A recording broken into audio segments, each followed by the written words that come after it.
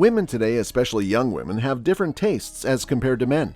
Women increasingly prefer feminine men to masculine men.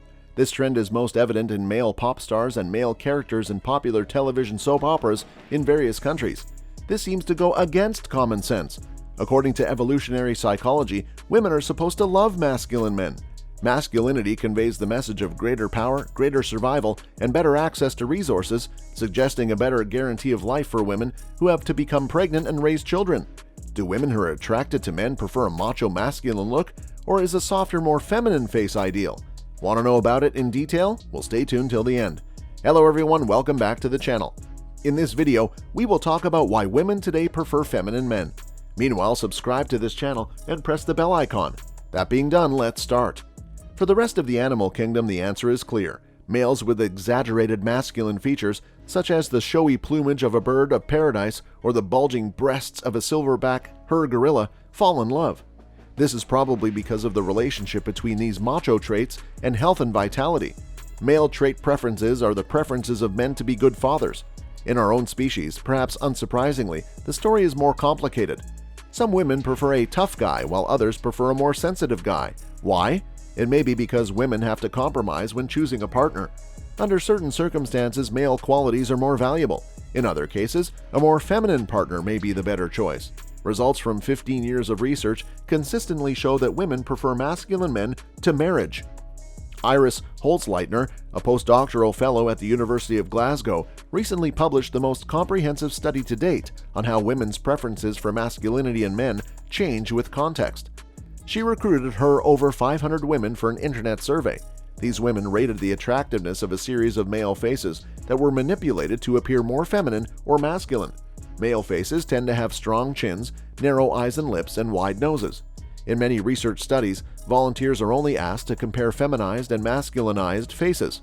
In Holzleitner's study, volunteers independently rated faces for varying degrees of masculinity. Holzleitner found that women generally preferred moderately masculine male faces the most.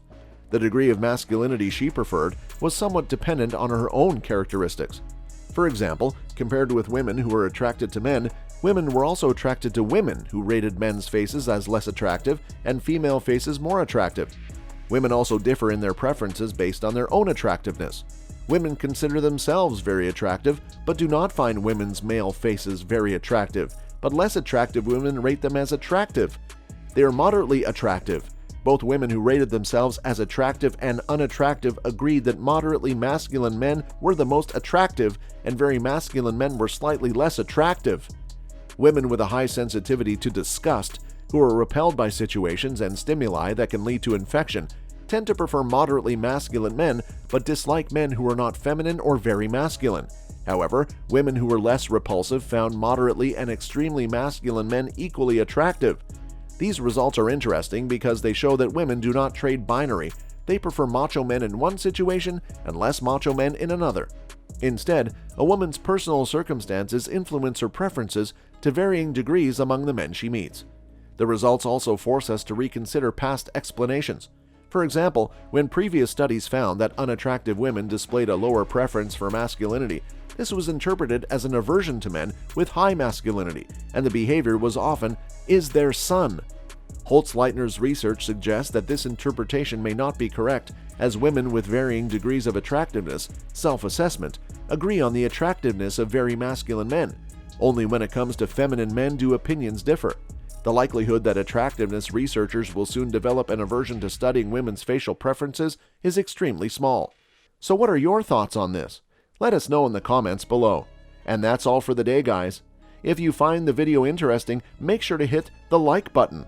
Also, subscribe to the channel and press the bell icon to never miss an update from us. Thank you for watching. We'll see you at the next one. Until then, peace.